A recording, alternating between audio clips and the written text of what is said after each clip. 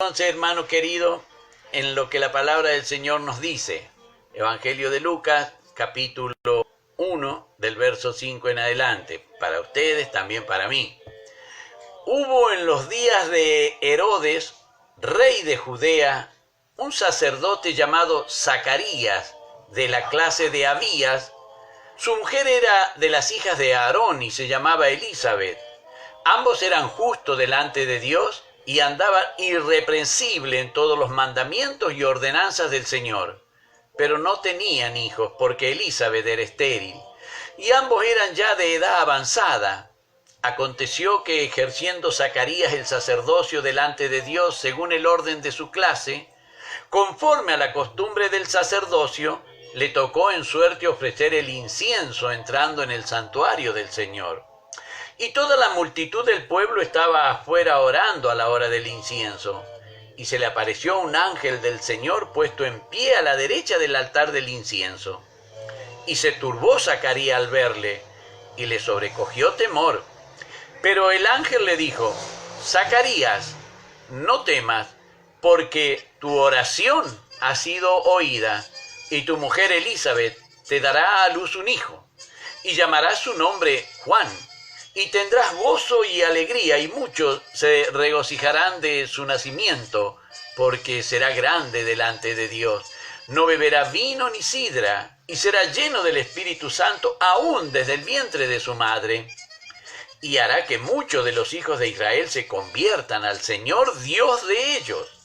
E irá delante de él con este espíritu y el poder de Elías, para hacer volver los corazones de los padres a los hijos y de los rebeldes a la prudencia de los justos, para preparar el camino al Señor un pueblo bien dispuesto.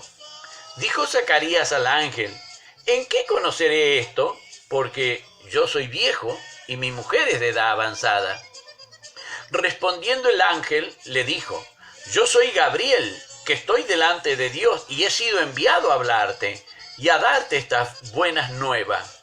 Y ahora quedarás mudo y no podrás hablar hasta el día en que esto se haga, por cuanto no creíste en mis palabras, las cuales se cumplirán a su tiempo. Y el pueblo estaba esperando a Zacarías y se extrañaba de que él se demorase en el santuario. Pero cuando salió no les podía hablar, y comprendieron que había visto visión en el santuario. Él les hablaba por señas, y permaneció mudo, y cumplidos los días de su ministerio, se fue a su casa.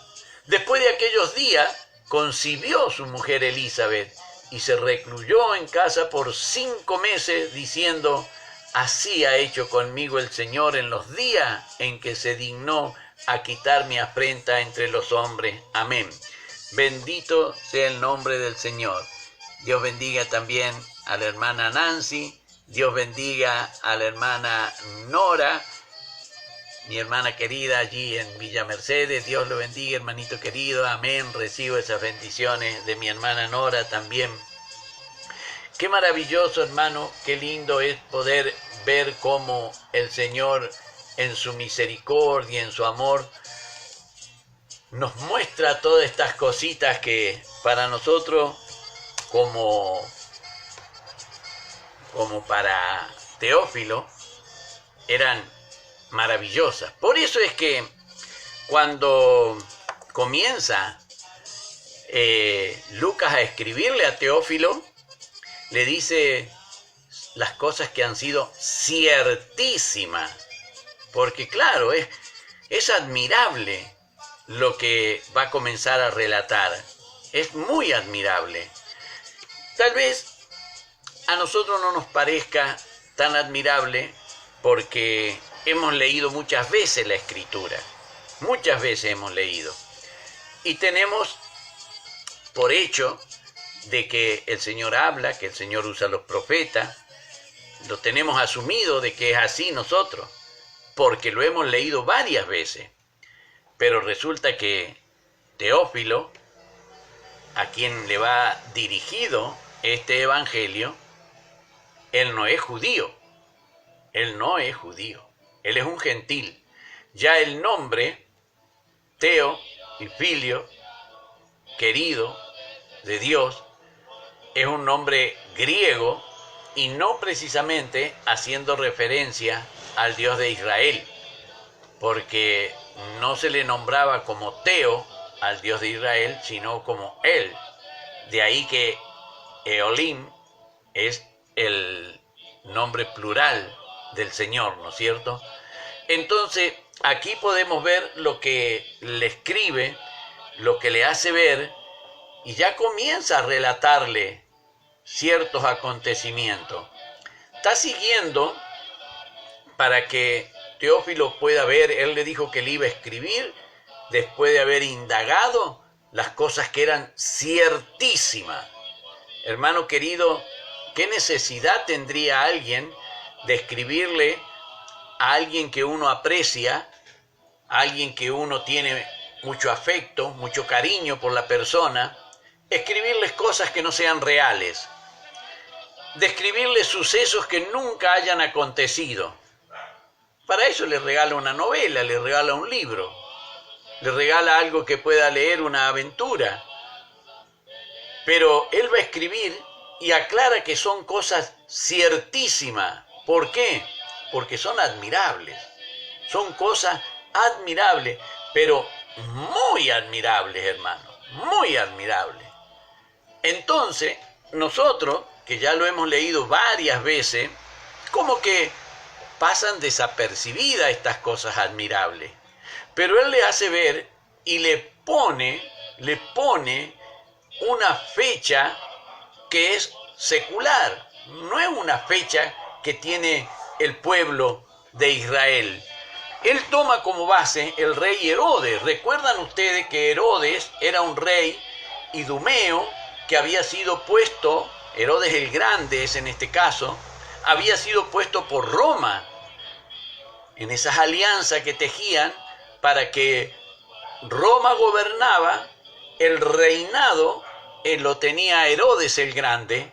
Entonces aquí, cuando le escribe Lucas a Teófilo, le dice que esto que él le va a relatar comenzó cuando Herodes reinaba. Por eso dice el verso 5, hubo en los días de Herodes.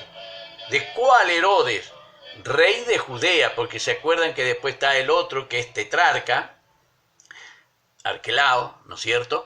Y acá dice que cuando el rey Herodes reinaba en Judea, un sacerdote llamado Zacarías, de la clase de Abías, mire qué datos le da, sacerdote llamado Zacarías, de la clase de Abías.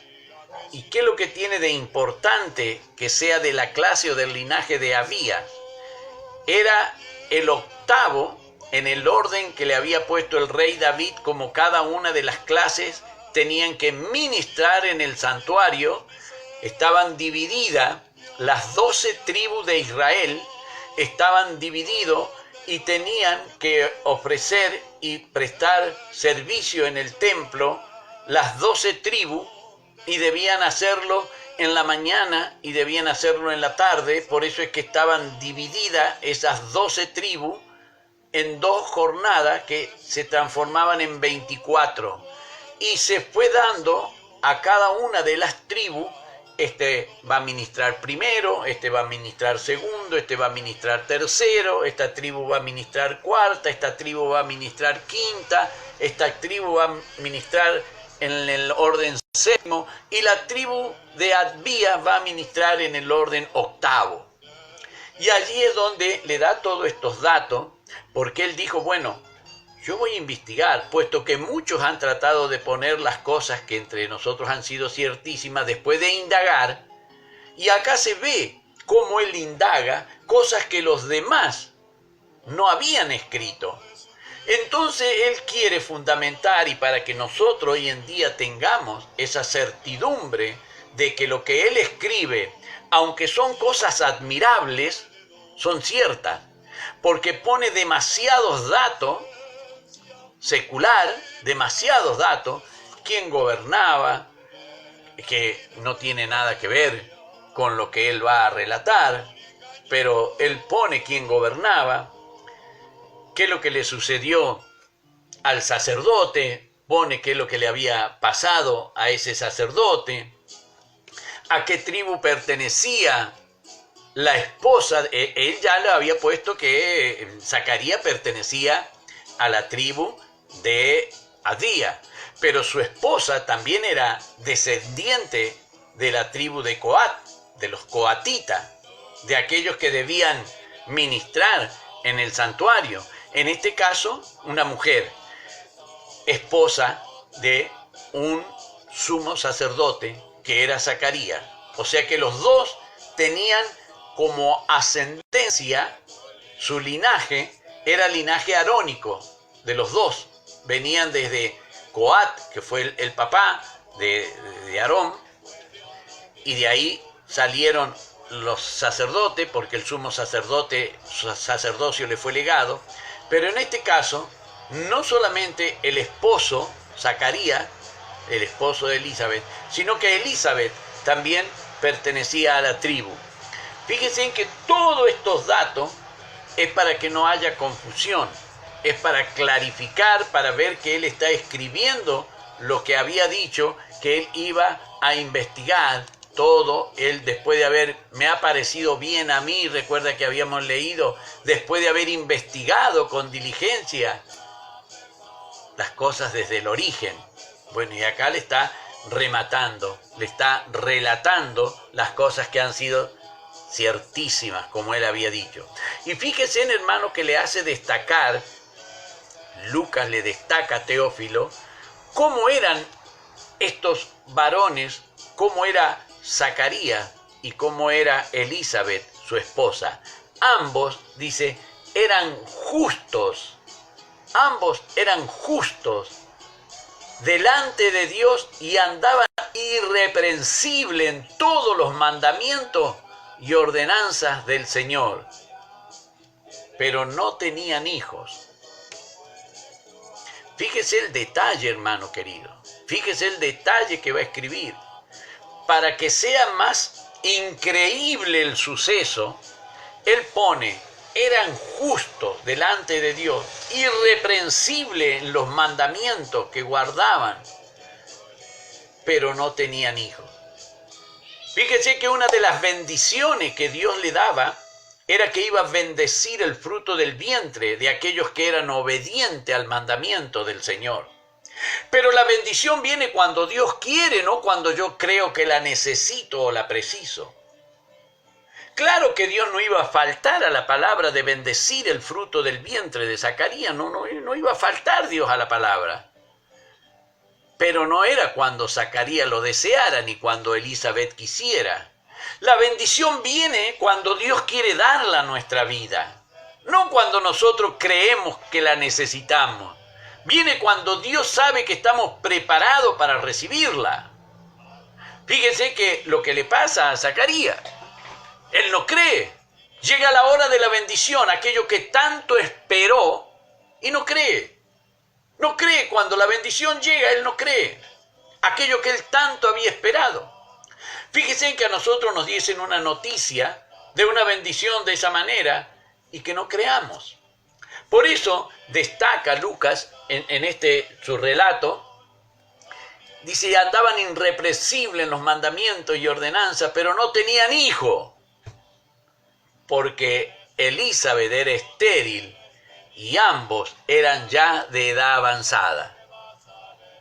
Elizabeth era estéril, pero Dios había dicho allí en Deuteronomio que iba a ser bendito el fruto del vientre, iba a ser bendito de aquellos que trabajaban, de aquellos que se comportaban, de aquellos que obedecían los mandamientos del Señor. Iba a bendecir Dios el fruto del vientre de ellos. Entonces, ¿qué sucedía en este caso? ¿Por qué sucedía esto que le sucede precisamente a Zacarías?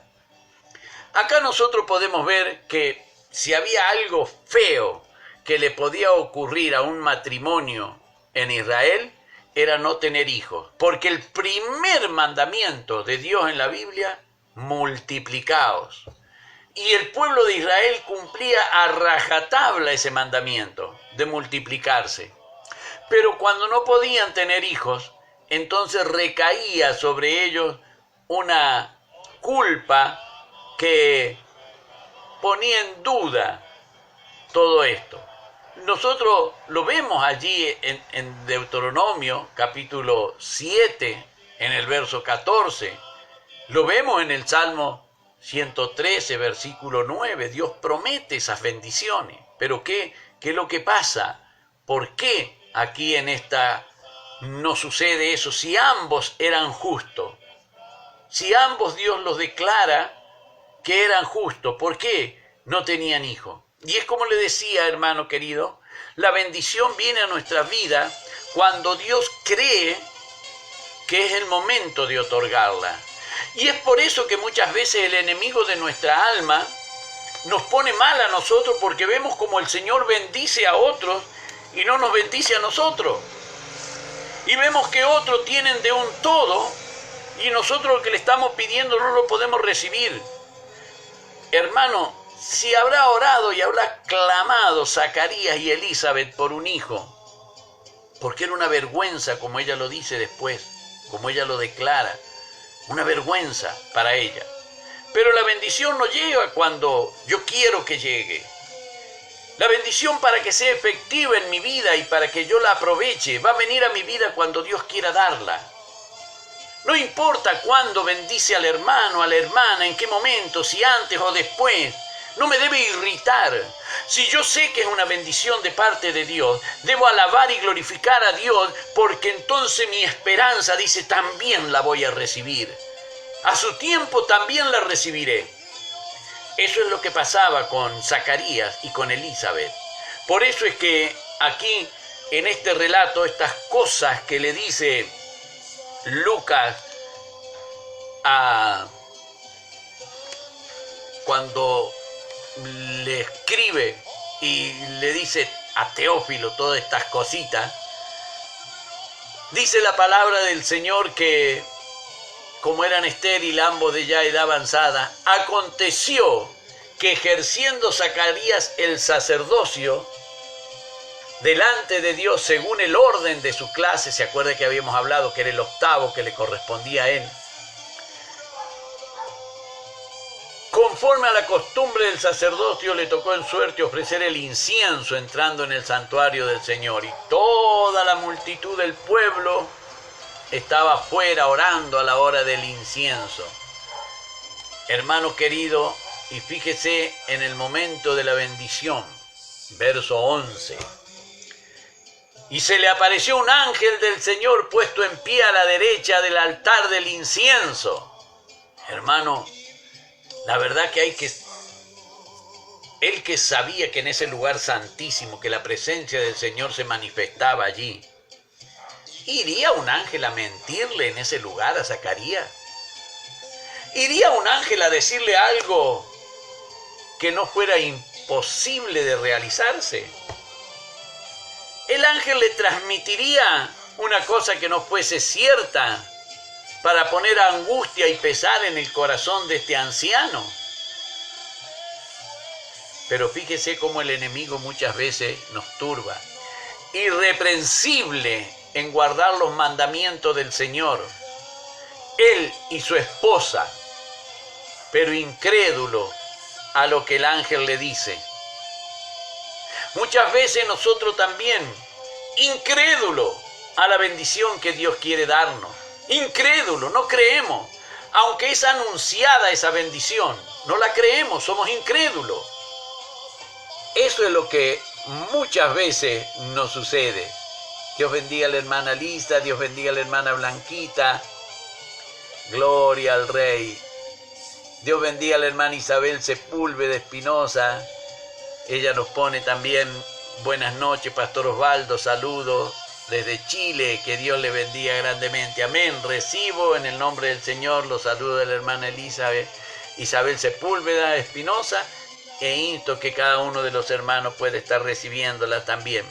Hermano querido, fíjese que este matrimonio había esperado mucho tiempo, Ellos se casaron con la idea de cumplir el mandamiento del Señor, multiplicarse. Y buscaron y buscaron y pasaron los años y pasaron los años y pasaron los años y pasaron los años y fue cayendo vergüenza, vergüenza, vergüenza sobre ese matrimonio porque estaban los comentarios: ¿por qué no tienen hijo? ¿Por qué no tienen hijo? Tienen que tener. Son de la tribu sacerdotal, tienen que dejar hijos sacerdotes, tienen que tener hijos. ¿Por qué Dios no le da hijo? Y algo tendrán. Algo sucederá porque no le da hijo. Pero hermano, era el tiempo que Dios necesitaba cuando le iba a dar los hijos. No era cuando ellos creían. Dios sabía que ellos hacían lo imposible por cumplir la voluntad de la multiplicación. Pero el Señor, el tiempo de la bendición, el tiempo de ese hijo que el Señor Jesús habló y dijo: de todos los nacidos de mujer no hay mayor profeta que Juan. Hermano, no era que iba a nacer cuando ellos lo quisieran. Era en el tiempo que Dios tenía decidido que esa bendición debía llegar a sus vidas. Irreprensible en todos sus mandamientos.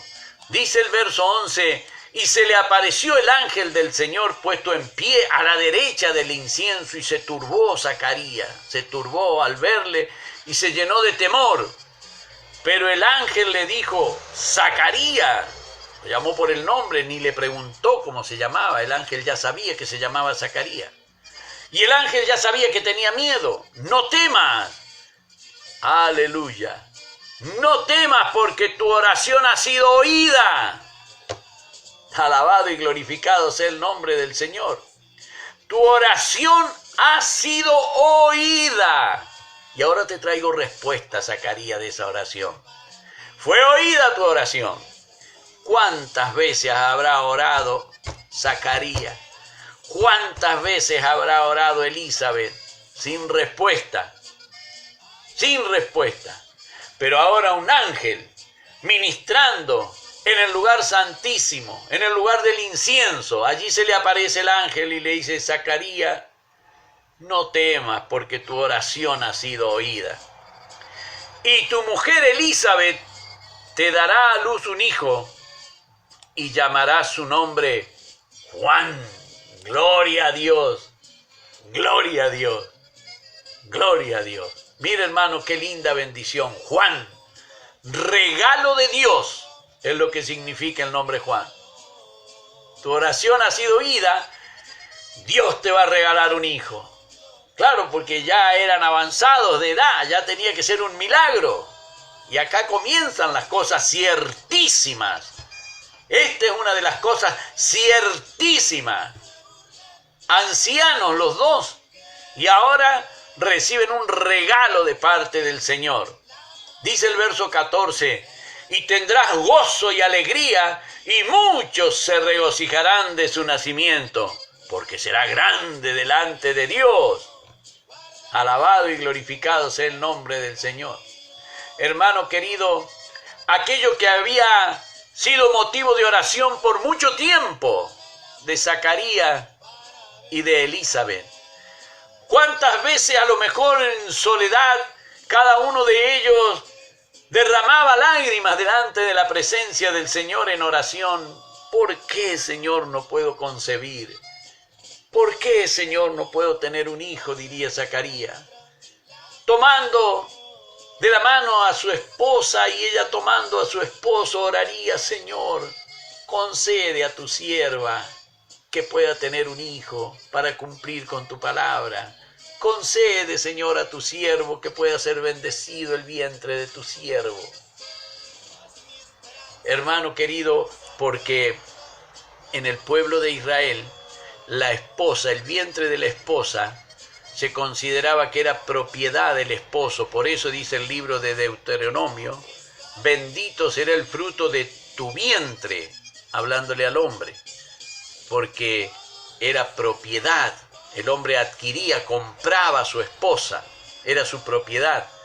Entonces, ¿por qué no era bendecido el fruto del vientre que él había adquirido?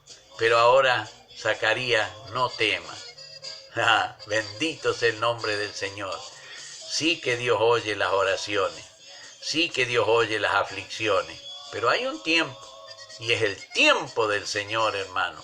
Aprendamos cada uno de nosotros a aferrarnos en el tiempo del Señor. Hermano querido, se nos ha pasado mucho el tiempo, vamos a dejar aquí, seguiremos el día de mañana con el verso 14 en adelante, sabiendo que ya el regalo de Dios está prometido. Para mi Rey que vive sea la honra y la gloria, y de mí su divina y santa misericordia. Mañana continuaremos con esta partecita. Hermano querido, vamos a ir ahora a la parte linda del Señor, que es cuando vamos a poner el nombre del Señor para que Dios bendiga a su pueblo. Recuerde, hermano querido, que estamos orando y lo estamos haciendo por la pastora Loreta, lo estamos haciendo por la hermana Isabel Sepúlveda Espinosa, lo estamos haciendo por Ramiro Benítez, lo estamos haciendo por Sergio Alberto Centeno, lo estamos haciendo por Esther Lafuente, lo estamos haciendo por Cecilia Morales, lo estamos haciendo por mi nieto Gabriel Falcón y también por mi sobrino Gerardo Garbero, que el Señor esté acomodando todo su sistema óseo, que el Señor esté tomando dominio. Él profetizó el Señor, sopla sobre estos huesos y esos huesos se unieron y se compusieron y estamos orando en esa dirección. También por Liliana Lando estamos orando, así que hermano querido, sigamos orando en esa manera. Vamos a ir ahora a la bendición de nuestro amado y bendito Dios y decimos: Jehová te bendiga y te guarde. Jehová haga resplandecer su rostro sobre ti y tenga de ti misericordia. Jehová alce sobre ti su rostro y ponga en ti paz. Amén, amén y amén. Y hermano querido, perdone que el tiempo se ha ido, pero estaba difícil de cortar porque estaba linda la palabra del Señor y bueno, gloria al Rey. También la hermana Nora pide oración por Claudio y Rodrigo. Amén, amén. Anotemos también ahí en la libretita que tenemos por Claudio y Rodrigo, los hijos de mi hermana Nora allí en Villa Mercedes. Muchas gracias, para mi Señor la honra y la gloria, y de mí su divina y santa misericordia. Nos veremos, Dios mediante, en el día de mañana a la hora de recibir las bendiciones. Para mi Rey que vive sea la honra y la gloria, y de mí su divina y santa misericordia. Amén, amén y amén.